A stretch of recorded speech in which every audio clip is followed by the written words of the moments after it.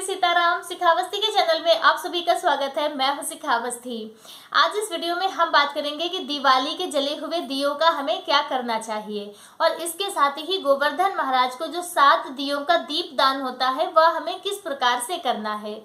तो चलिए वीडियो की शुरुआत करते हैं। उससे पहले आप सभी को हृदय से धन्यवाद करते हैं कि आप सभी ने जो गोवर्धन पूजा वाला मेरा वीडियो है उसे सभी ने बहुत ही पसंद किया। उसमें बहुत अच्छे से कमेंट आए जिन्हें पढ़ के मुझे बहुत अच्छा लगा। तो आप सभी को फिर से हृदय से हम धन्यवाद करते हैं और अपने अगले वीडियो की शुरुआत करते हैं।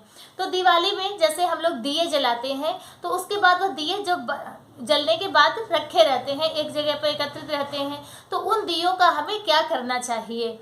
तो पहला उपाय तो आज आप गोवर्धन पूजा वाले दिन ही करेंगे और उसके अलावा जो दिवाली के जले हुए दिए होते हैं तो उनसे आप ऐसी कोई मान्यता या प्राचीन धारणा नहीं है।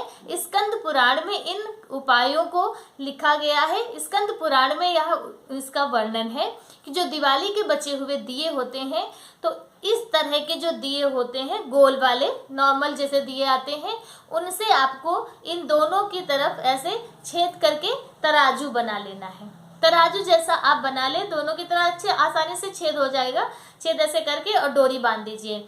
तो यह तराजू आप जहाँ पर आपके अन्न का भंडार हो, जहाँ पर आप अन्न का दाल चावल गेहूं आटा इत्यादि रखते हो वहाँ पर इस तराजू को आप टांग दीजिए। वर्ष भर आपके घर में कभी भी अन्न की कमी नहीं होगी। अन्न के भंडारे सदैव आपके घर के भरे रहेंगे। तो इस उपाय को जरूर कीजिएगा। इसके साथ ही जैसे यह दिए हैं तो इन दियों में 7 दीपक आपको लेना है और आज गोवर्धन पूजा पे आपको इन्हीं दियों जो जले हुए दिए हैं इन्हीं से आपको दीप दान करना है। तो वह किस प्रकार से करना है कि आपको इस तरह से आपको हल्दी का पानी बना लेना है। हल्दी का पानी बनाकर और यह जला हुआ दिया लेना है और इसमें ऐसे डिप कर लेना है। अच्छे से डिप करके आपको ये ऐसे हल्दी वाला दीपक आपको बना लेना है। हल्दी वाला दीपक बनाने के बाद इसे सुखा लीजिए और सुखाने के बाद आप इसी तरह के 7 दीपक तैयार कर लीजिए और यही दीपक आपको गोवर्धन महाराज के पास शाम को घी के दिए जलाने हैं। तो 7 दीपक बनाकर घी की बत्ती रखकर आपको दीपदान करना है और यह दीपदान बहुत ही ज़्यादा प्रभावशाली होता है। कहते हैं कि जैसे आप गोवर्धन महाराज के पास दीपदान करते हैं तो बहुत ही अच्छा और शुभ होता है। घर में आपकी शुभता सदैव बनी रहती है। तो यह कार्य भी जरूर कीजिए। वैसे देखिए मान्यता है कि जैसे गोवर्धन जो होते हैं आज के दिन उनकी स्थापना होती है और कहीं कहीं पर अक्षय नवमी वाले दिन और कहीं कहीं एकादशी जो देवउठनी एकादशी होती है उस दिन वह उठाए जाते हैं। तो जैसे आपके यहाँ पर जिस प्रकार से होता है जिस दिन उठाया जाता हो तो उस दिन आपको उठाना है। तब तक जब तक वह गोवर्धन महाराज घर पर रहते हैं तब तक उनमें लगातार दीपदान किया जाता है। तो हो सके तो आप इन्हीं दियों में 7 दिनों तक जो 5-6 दिन का जो समय होता है इन दिनों में आपको रोज आप 7 दीपदान कर सकते हैं। यदि आप रोज 7 दीपदान नहीं कर सकते हैं तो 1 दीपक रोज आप प्रतिदिन गोवर्धन महाराज के पास जलाइए। ऐसा करना बहुत ही शुभ माना जाता है।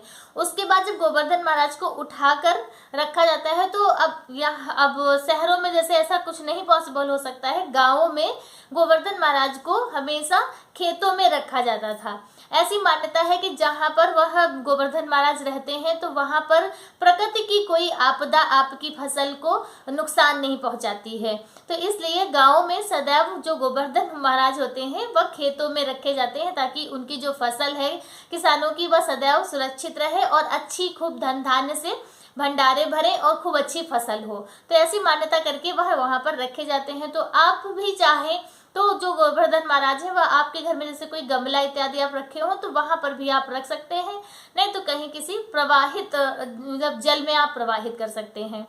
तो इस प्रकार से आपको करना है। जब आप गोवर्धन महाराज को आज के दिन पूजा पाठ उनकी करेंगे उसके बाद दिवाली की पूजा में आपने कोई सुपारी जरूर भगवान को अर्पित की होगी तो वह आप सुपारी ले लीजिए और आज गोवर्धन महाराज से थोड़ा सा गोबर ले लीजिए और उस गोबर में उस सुपारी को लपेटकर पीले कपड़े में बांधकर उसे आप अपनी तिजोरी में रखिए। तो इससे आपके घर के जो भंडार है और जो धन लक्ष्मी है वह उसमें कभी कमी नहीं आएगी। तो यह छोटे छोटे से उपाय हैं जो स्कंद पुराण में वर्णित है।